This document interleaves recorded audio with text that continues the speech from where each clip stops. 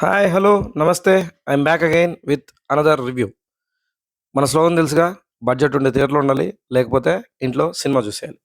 So, ఈరోజు నాకు budget అనుకూలించి నేనెళ్ళిన cinema 'Daaku Maharaaj'. Yes.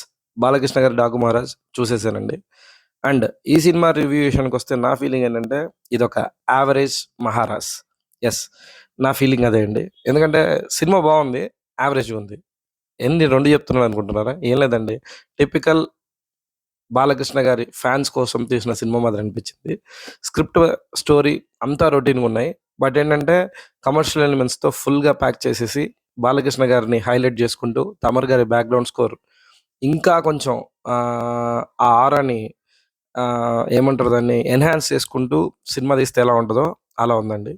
And review విషయానికొస్తే ఓపెనింగ్ మనకి జస్ట్ ఒక ఇంట్రో ఇచ్చినట్టే ఇచ్చి టక్కున ఫ్లాష్ బ్యాక్ ఎళ్ళిపోతారు.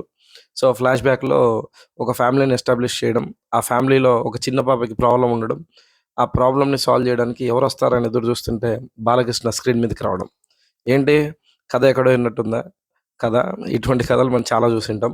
అదే ఈ సినిమా గూడా. So, continuing into review.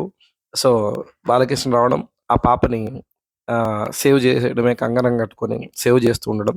Back to back విలన్‌ని చిత్తుగా కొడుతూ ఉండడం.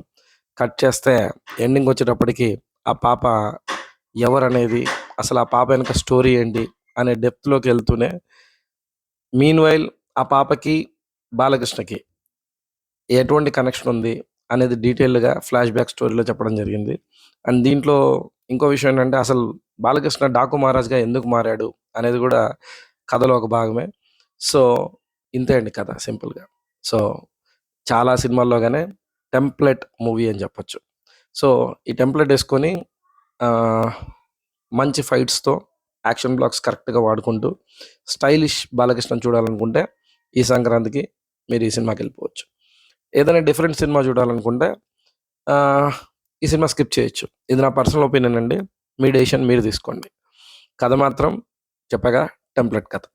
సో, ఇవన్నీ కలిసి తమన్ గారి బ్యాక్‌గ్రౌండ్ స్కోరు, బాబీ గారి డైరెక్షను, బాలకృష్ణ గారి పెర్ఫార్మన్సు, తర్వాత బాలకృష్ణతో పాటి యాక్ట్ చేసినటువంటి చిన్న పాప యొక్క పెర్ఫార్మన్సు, వీటన్నిటితో కలిపి సినిమాని యావరేజ్‌గా మాత్రం నిలబెట్టగలిగారు. ఇది నా personal opinion. So, if you want to watch the film you can go watch the film. And మీకేమనిపించిందో కింద కామెంట్స్ రూపంలో తెలియజేయండి. And this is it for now. ఇంకా మరెన్నో రివ్యూలతో మీ ముందుకు వస్తూనే ఉంటాను. Thank you. నేను చెప్పిన విధానం మీకు నచ్చినట్టయితే నా ఛానల్‌కి సబ్స్క్రైబ్ చేయండి. Hope you all subscribe and encourage me for next reviews too. Bye by.